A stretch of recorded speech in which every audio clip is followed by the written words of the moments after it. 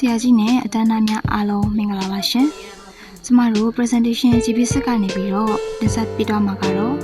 author Robert Louis Stevenson ရေးသားထားတဲ့ The Moon ဆိုတဲ့အရာလေးအကြောင်းပဲဖြစ်ပါတယ်ရှင်။ကျမတို့အဖွဲ့မှာတော့ B3GA 64 11 HD 20H 9 30တို့ပါဝင်ပါတယ်ရှင်။ The moon has a figure like the cloud in the hall. She shines on chief on the garden wall, on street of fire and harvest creek, and birds asleep in the front of the tree, the squealing cat and the squeaking mouse, the hollow dog by the door of the house, the bird that lie in bed at noon, all have to be out by the light of the moon.But all of the things that belong to the day, cuddled to sleep to be out of her way. And flower and children close their eyes. Till up in the morning the sun shall arise. ဒီပြဆိုရင်တော့1885ခုနှစ်မှာ public ချပြခဲ့ပြီး Stevenson ရဲ့နာမည်ကျော်ပြပြတွေကတပုတ်အပါဝင်ဖြစ်ပါတယ်ရှင်။လာမင်းမှာခမ်းမတွေကနိုင်ရီလိုညနာမျိုးရှိရဲ့။ဥယျာဉ်နေရန်ဘော်ကတခိုးတွေပေါ်လမ်းနေလေကွင်းနေတစ်ပင်ခွာစားမှာအိပ်ပျော်နေတဲ့ငှက်ကလေးတွေအပေါ်မှာလင်းလံဝန်းပစွာတားနေတယ်။ကျေလောင်စွာအော်နေတဲ့ကြောင်ဆူးရှစွာအော်နေတဲ့ကြွက်အိမ်တကားနမ်းမှာဦးနေတဲ့ခွေးနေခင်းမှာအိတ်တဲ့လင်းတို့အားလုံးဟာလာရအောင်မှာထွက်ပြီးလှုပ်ရှားရတာကိုနှစ်သက်ကြတယ်။တို့ပေမဲ့နေ့နဲ့ဆိုင်တဲ့အရာအလုံးဟာတော့အိပ်ပျော်နေကြလေရဲ့။ပန်းတွေနဲ့ကလေးငယ်တွေဟာမနက်နေထွက်လာချိန်အထိနှလုံးတွေကိုမိတ်ထားကြတယ်။စာရေးသူတွေညနေပိုင်းရှိတတဝါများပေါ်တွင်လာရန်ဖြာကြနေတဲ့ကဲတို့ဤစာသားကိုတရုတ်ခေါ်ထားသည့်ညနောင်ပိုင်းစူးစမ်းတဲ့တစ်ခုတို့စာဖတ်သူများကိုခေါ်ဆောင်သွားကညနေပိုင်း၌ဖခင်နှင့်တူဤတငယ်တူတို့ကတိတ်ဆိတ်သောလမ်းများနှင့်လေခွင်းများပေါ်တွင်ဖြတ်တန်းကအိပ်ပြန်ကြတကယ်တို့ပုံဖော်ထားခြင်းဖြစ်ပါသည်ခါဘာဖို့တို့ဤအတေးစိတ်တောက်ပါတော့ရေဆေးနှင့်မြင်မကြီးများသည်ညအချိန်ဤမော်ဆန်းမှုနှင့်ညကိုနှစ်သက်သည့်တတဝါများစွာတို့အပြင်တာအဖာနှစ်ယောက်ကြားတွင်ထားရှိသောချစ်ချင်းမြတ်တာကိုဖန်ယူထားပါရရှင်ဝေးအကျဉ်း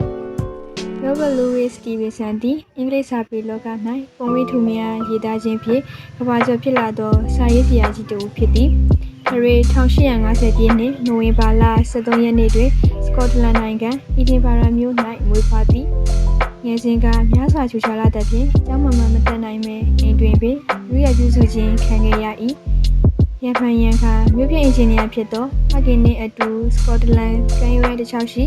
မိဖုရားလိုက်များတို့လိုက်ပါသွားလေးရှိရာစတီဗင်ဆန်သည်ငယ်စဉ်ကပင်စိတ်ကန်းကျွန်းတောင်တောတောင်တို့ဖြင့်တာယာလာသောစကော့တလန်နိုင်ငံရှုခင်းများကိုနှစ်သက်ဆွဲလန်းမိခဲ့သည်။နောက်အခါ၌စတီဗင်ဆန်သည်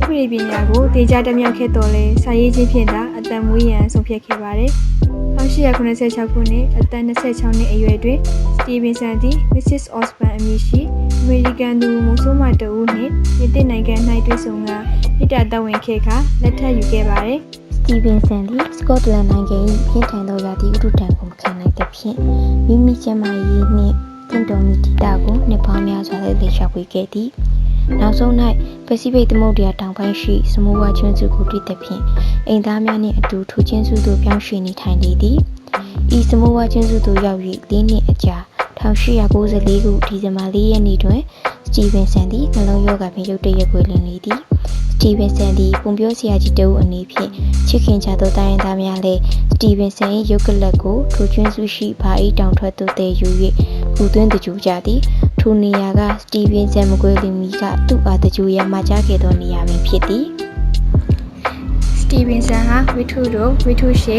စာစီစာကုံကြပြပြဆက်ဟာတာစာဆောင်ခီးသွွားဆောင်မှာအထုပ်ပတ်တိကလေးပုံမြင့်စူစာကန်ပုံမြင့်စာရည်များစွာသောအရေးသားများရေးသားခဲ့တဲ့ဆွေဆောင်ရစာရေးဆရာတစ်ယောက်ဖြစ်ပါတယ်။ RNSE နာမည်ကျော်လူသိအများဆုံးလက်ရာများမှာ The Strange Case of Dr. Jekyll နဲ့ Mr. Hyde နဲ့ Treasure Island တို့ဖြစ်တဲ့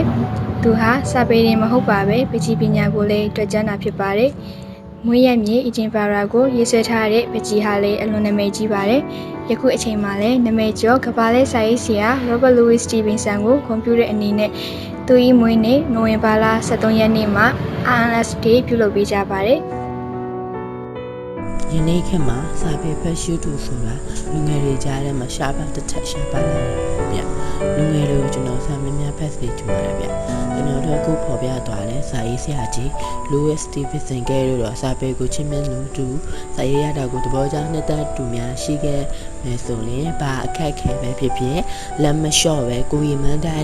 ရီမန်းချက်ပန်းတဲ့အထိရောက်အောင်စသွားစေချင်ပါတယ်ဗျ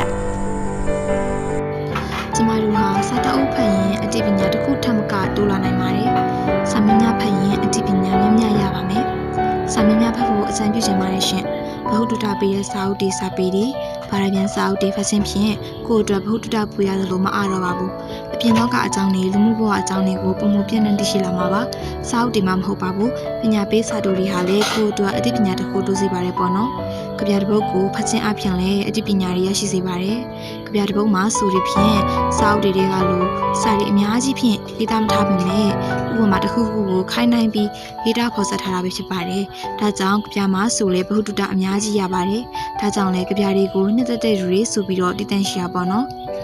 ပြီးတော့ကျမတို့စာဖတ်တဲ့အခါမှာဆိုရင်တိတ်ဆိတ်အေးချမ်းတဲ့နေရာလေးတွေမှာဖတ်တာကအာရုံစိုက်မှုအားကိုပိုပြီးကောင်းစေပါလိမ့်ရှင်။ဥပမာပုတ်ကဖေးဆိုင်မှာပဲဖြစ်ဖြစ်စာကြည့်ရပဲဖြစ်ဖြစ်အင်အားပန်းစင်လေးတွေပဲဖြစ်ဖြစ်နောက်ဆုံးကိုပိုင်ခန်းလေးတွေပဲဖြစ်ဖြစ်အေးစိတ်ဖတ်တာကပိုပြီးကောင်းပါလိမ့်ရှင်။စာတအုပ်ဖတ်ပြီးတာနဲ့ကိုရာစိတ်ဝင်စားဖတ်ခဲ့တယ်ဆိုတဲ့တရားတွေဆိုရင်ဘုဒ္ဓတာတစ်ခုခုရလာတာကိုခံစားမိကြပါပါ။ဒါကြောင့် group စစ်ဖွဲ့ထားတဲ့အနေနဲ့လူငယ်တွေအားလုံးကိုစာဖတ်ပါစာမျက်နှာဖတ်ပါမအားအောင်နေပါလို့တိုက်တွန်းရင်း presentation လေးကိုအဆုံးသတ်လိုက်ပါရရှင်။အဆုံးထိလိုက်ပါနာဆင်ပေးခဲ့ကြပါတော့ဆရာကြီးနဲ့ကျောင်းသားကျောင်းသူများကိုကျမတို့ group စစ်ဖွဲ့ထားများကကျေးဇူးတင်ရှိပါရရှင်။